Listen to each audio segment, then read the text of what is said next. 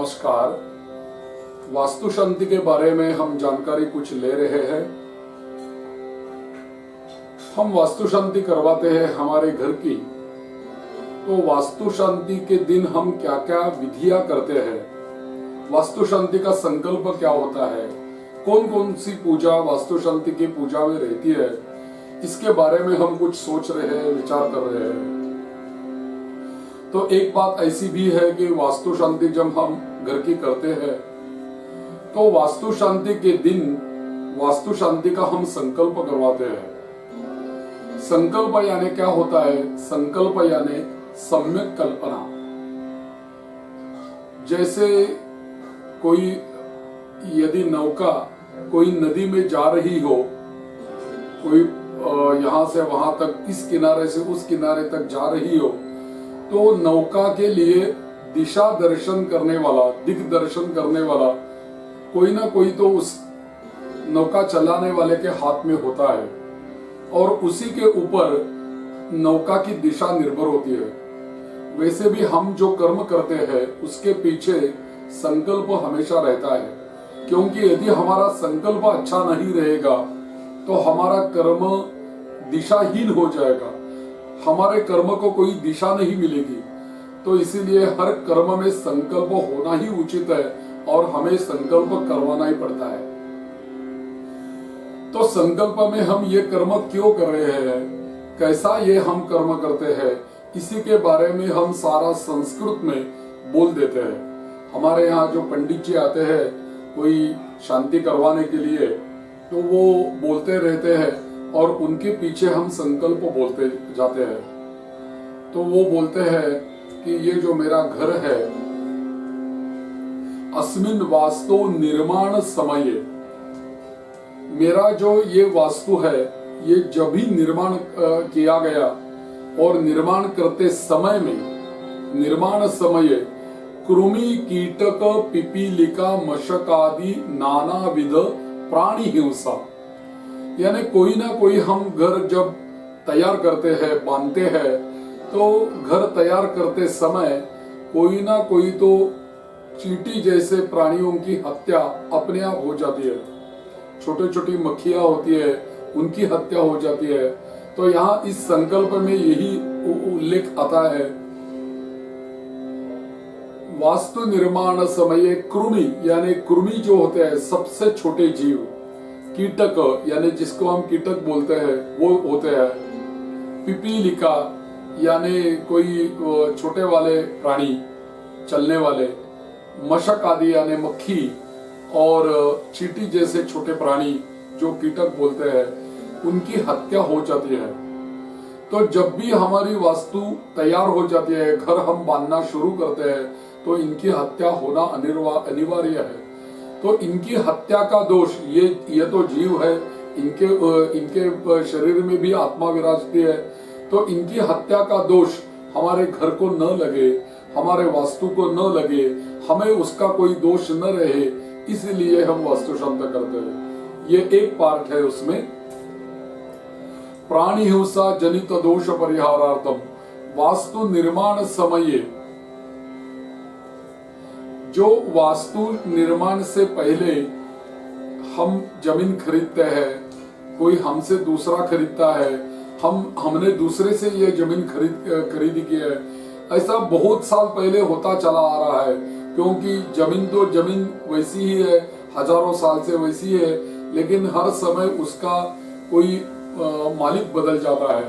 तो मेरे पहले दूसरा मालिक था, उससे पहले दूसरा मालिक था, उनसे हमने खरीद करके हमारे नसीब में या हमारे प्रारब्ध में यह जमीन आई है। तो कोई जमीन का टुकड़ा ऐसा होता है कि उसमें कोई बुरे कर्म हो जाते हैं, कोई न करने वाले निषिद्ध कर्म उस जमीन के ऊपर यदि हो गए होंगे तो उसका संस्कार उस जमीन के ऊपर रहता है। हम जब हमारा घर बांधते हैं तो अनेक कारागिर हमारे घर में आते हैं, कोई रंग देने वाला आता है, कोई फर्नीचर बनाने वाले आते हैं, कोई नल का प्लम्बर आ जाते हैं। सभी लोगों का हाथ लगने से ही हमारी वास्तु बनती है। लेकिन हर एक के पास पॉजिटिविटी नहीं रहती, कोई कोई किसी किसी के पास तो निगेटिविटी रहती है। तो हमारे यहाँ आने वाले की नजरिया हमारे घर की ओर कैसी रहती है हमें क्या पता। तो किसी की यदि नजर दूषित होगी तो हमारे वास्तु को नजर लग सकती है, या तो हमारे वास्तु में कोई निगेटिविटी किसी के पाव से आ सकती है। तो इसीलिए भी वास्तु शांत करते हैं। दूसरा भाग ये होता है कि जमीन की शुद्धि होनी चाहिए। होम करने से, हवन करने से वातावरण की शुद्धि तो हो जाती है, लेकिन जिस जमीन के ऊपर जिस जगह में हम हवन करवाते हैं वो जगह की भी शुद्धि अपने आप हो जाती है।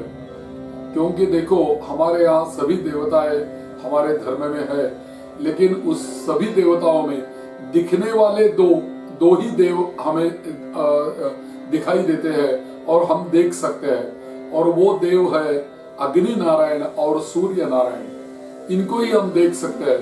तो जहां भी अग्नि नारायण प्रकट हो जाता है, अग्नि प्रज्वलित हो जाता है, वहां तो साक्षात अग्नि नारायण विराजमान रहता है।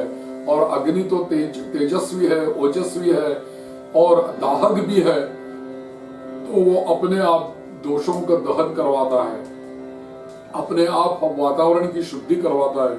इसीलिए हवन सामग्री से हवन करके ही घर की शुद्धि हम प्राप्त करते हैं।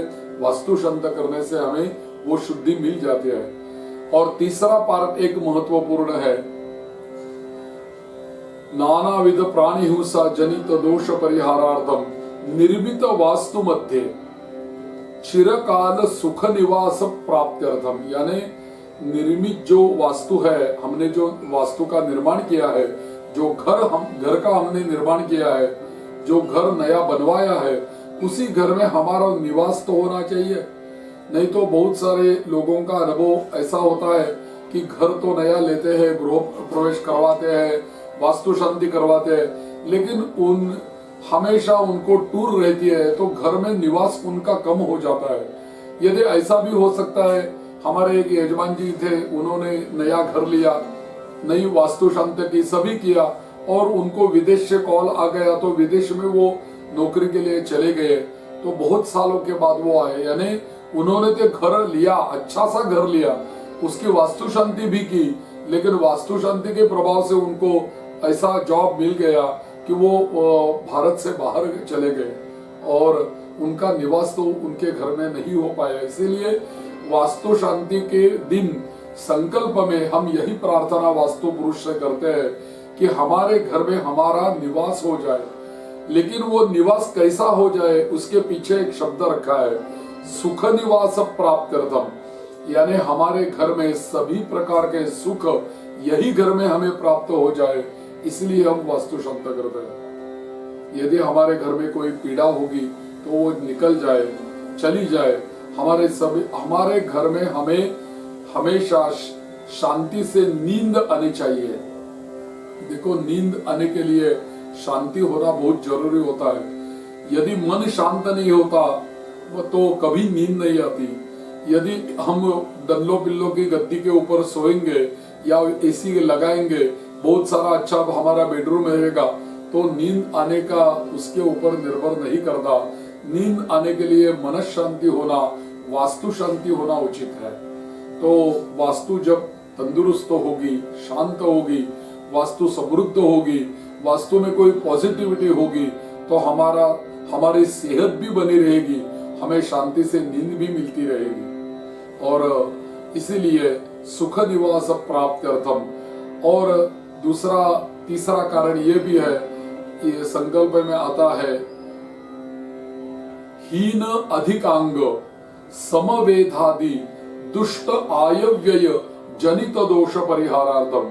यानी वास्तु शास्त्र के हिसाब से हमारे वास्तु शांति पूरी 100% तो नहीं होती, कुछ ना कुछ इधर उधर हो जाता है, कम ज्यादा तो हो जाता है।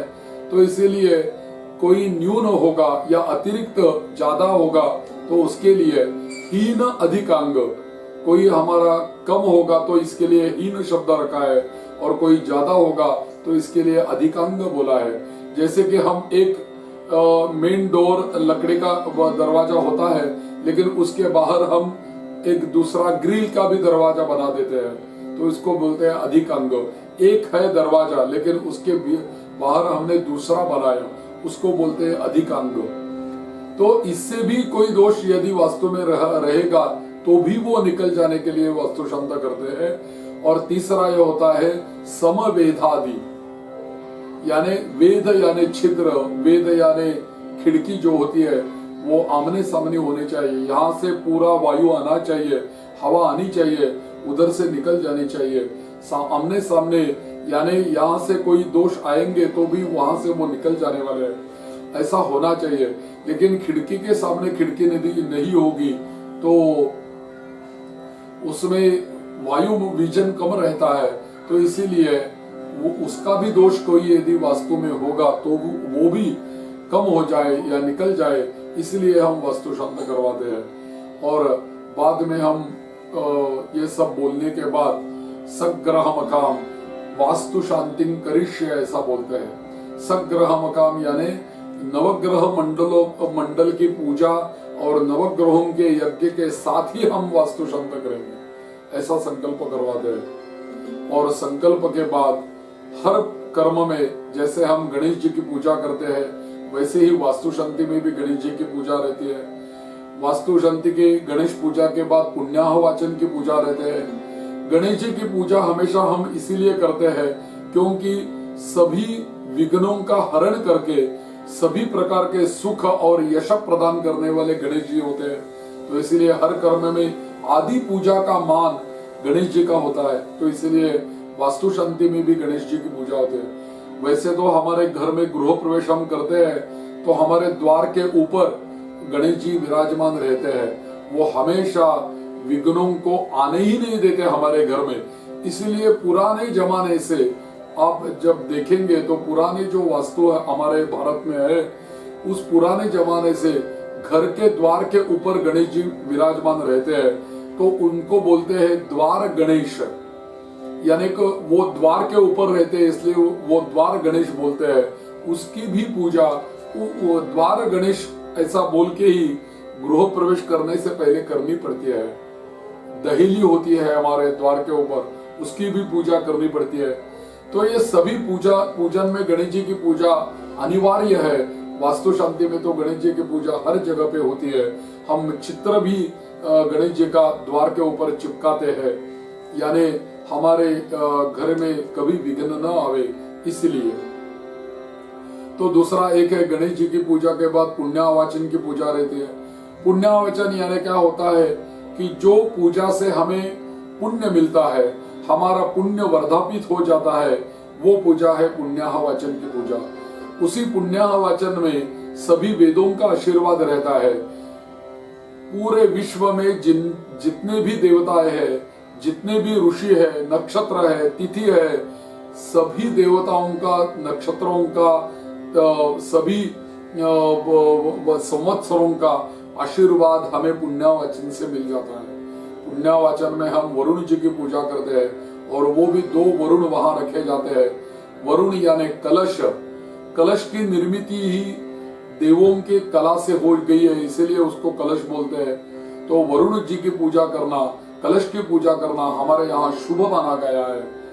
और वास्तु शांति के दिन भी हम पुण्यावाचन में वरुण जी की पूजा करते हैं। वरुण देवता जो होती है वो पूरे सृष्टि में नियमन का काम करती है। पूरी सृष्टि में संतुलन बनाए रखने का काम वरुण देवता करती है। जैसे कि वाटर लेवल ट्यूब चलती है ना, वो कैसे संतुलन हमें दिखा देती है, वैसे ही ये वरुण देवता हमारे शरीर के भीतर भी और बाहर भी, हमारे वास्तु में भी, सभी जगह पे वो संतुलन का काम वरुण देवता करती है। तो पुण्यावाचन में वरुण जी का पूजन रहता है। बाद में मातृकाओं का पूजन रहता है। मातुहु यानी क्या बोलते हैं कि ये जो पूरा विश्व है, ये विश्व जिन देवताओं से जनरेट हुआ है, निर्माण हुआ है, वो सभी देवता विश्व की माताएं हो गई। वो तो 27 मातृकाओं का पूजन वास्तु शांति में हम करते हैं, उसको बोलते हैं मातृका पूजन। उसी 27 देवताओं में हमारी कुलदेवी भी आ जाती है, गणेश जी भी आ जाते हैं, उनकी भी पूजा हम पुण्यावाचन में करते हैं। गौरी पद्मा शची मेधा सावित्री विजया जया देवसेना स्वधा स्वाहा मातरो लोक मातरः धृति पुष्टिस्तथा तुष्टि आत्मन कुल देवता ब्राह्मी माहेश्वरी चैव कौमारी वैष्णवी तथा वाराही च तथेन्द्राणी चामुंडा सप्तमातरः गणपतिं दुर्गाम क्षेत्रपालम वास्तोष्पतिम। ये सभी देवताओं की पूजा मातृका पूजन बोल के पुण्यावाचन में संपन्न हो जाती है। उसी मातृकाओं के साथ कि वो उनसे ही हमारे वंश की वृद्धि हो जाती है और उनसे ही हमारा वंश उत्पन्न हुआ है। इसीलिए मातृकाओं का पूजन के बाद नांदी श्राद्ध हम करवाते हैं। तो नांदी श्राद्ध में हमारे पुरखों का स्मरण करते हैं। यदि हमारे माताजी या पिताजी दुर्भाग्य से यदि वो जीवित नहीं होंगे तो उनका स्मरण करके उनका आशीर्वाद मंत्र से लिया जाता है। हमारे दादाजी है, पर दादाजी है, हमारे माता के माता पिता है, उनका भी स्मरण, उनको मातामह बोलते हैं, उनका भी स्मरण किया जाता है।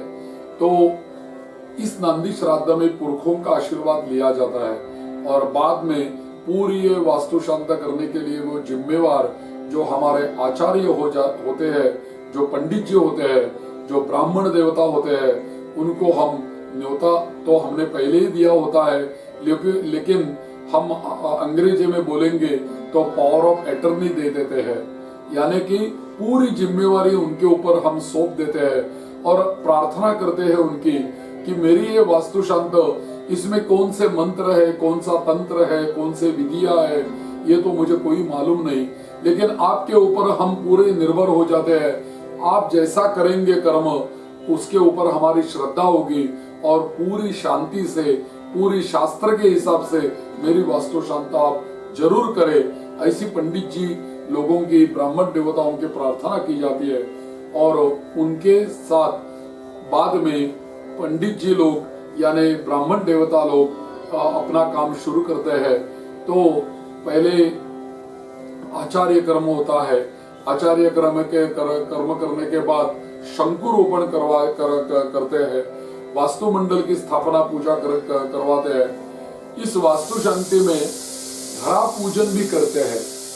धरा पूजन यानी जमीन की पूजा वास्तु शांति में रहती है, क्योंकि यदि किसी सोसाइटी में या बिल्डिंग में हम फ्लैट तो लेंगे, सदनिका तो हम ले लेंगे, फ्लैट कोई खरीद लेंगे, लेकिन फ्लैट जब बिल्डर बनवाता है या तो बिल्डिंग जब बिल्डर बनवाता है तो हमें भूमि पूजन की वहाँ यदि संबंध होगा तो हम भूमि पूजन को जा सकते हैं। लेकिन भूमि पूजन और बिल्डिंग तैयार होने के बाद यदि हमने फ्लैट लिया होगा तो हमारे हाथ से वो भूमि पूजन नहीं होता। तो हमारे हाथ से हमारे घर में भूमि पूजा संपन्न हम करवाते हैं।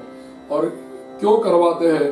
क्योंकि हम वास्तु निक्षेप के लिए, वास्तु तो हमारे घर में हम उसको रखने वाले हैं जमीन के नीचे, तो पुनः हमारे घर में थोड़ी तो खुदाई करनी पड़ेगी, तो इसीलिए धरा पूजन करके हम वो काम करते हैं। तो इसीलिए वास्तु शांति में धरा पूजन होता है। और दूसरा भी एक होता है सूत्र वेष्टन, पूरे वास्तु को किया जाता है। यदि हमारा फ्लैट हो तो हम सूत्र वेष्टन पूरा नहीं कर सकते, क्योंकि हम फ्लैट के पूरे चारों ओर हम प्रदक्षिणा नहीं कर सकते। लेकिन यदि हमारा खुद का मकान हो, यदि कोई हमारा खुद का घर हो, उसके चारों ओर परिक्रमा करना संभव हो, तो हम चारों ओर परिक्रमा करते करते पूरे वास्तु को हम सूत्र से बांधते हैं, क्योंकि एक सूत्र में अभी ये घर बंधा रहता है। ये अलग नहीं है, उसका कोई भाग जो है वो अलग नहीं है, वो पूरा सभी जो भाग है वो इकट्ठा मिलके ये पूरी वास्तु है। वो एक सूत्र अभी चलेगी आगे से, इसी दिन से वो एक सूत्र में बंधी रहेगी और उसका पूरा कवच वो सूत्र वेष्टन से उस वास्तु के उपरांत निर्माण हो जाता है। और सूत्र जो होता है वो सफेद रंग का होता है, उसको दूध में जरा गिला करके वो सूत्र वेष्टन करने को कहा है, क्योंकि दूध तो गौ माता का दूध जो होता है वो सात्विक होता है और सफेद रंग का भी सूत्र होता है, तो ये सफेद रंग जो होता है वो सात्विकता उसमें बनी रहती है। तो हमारे घर में पूरी सात्विकता बनी रहने के लिए हम सूत्र वेष्टन करते हैं। दूसरा एक ये करते हैं कि दहेली की पूजा, यानी हमारे द्वार की पूजा होती है, द्वार गणेश जी की पूजा होती है, और वास्तु शांति में झाड़ू की भी पूजा रहती है, उसको लक्ष्मी बोलते हैं। हमारे घर में जो गैस होता है, चूल्हे की पूजा वास्तु शांति में होती है, लेकिन इस जमाने में तो चूल्हा नहीं होता, तो जहां भी हम रसोई बनाएंगे वहां का किचन में किचन ओटा होगा, तो उसके ऊपर गैस रखा होगा, तो हम गैस की पूजा करते हैं, क्योंकि वहां अग्नि देव विराजमान रहता है और हमें हमेशा बहुत सारे पदार्थ हम उसी से बना सकते हैं। यदि अग्नि नहीं घर में होगा तो हम पदार्थ कैसे बनाएंगे? यदि हमें कोई गर्म पानी पीना होगा तब भी अग्नि की आवश्यकता होगी, तो इसीलिए अग्नि का पूजन घर में होता है। गैस की पूजा करने के बाद उसके ऊपर कोई पात्र में दूध रखा जाता है और दूध उबाला जाता है। इतना उबालना चाहिए दूध की, थोड़ा बहना चाहिए, इतना हम उबालते हैं। तो इसीलिए गैस की भी पूजा रहेगी, झाड़ू की भी पूजा रहेगी, दहेली की भी पूजा रहेगी। यह ऐसा पूजा करते करते करते हमारी पूरी वास्तु शांति हो जाती है। आगे वाले वीडियो में और सारी जानकारी हम वास्तु शांति के बारे में जरूर लेंगे। आप मुझसे जुड़े रहेंगे तो अच्छा रहेगा, इतनी ही प्रार्थना। मंगल मूर्ति।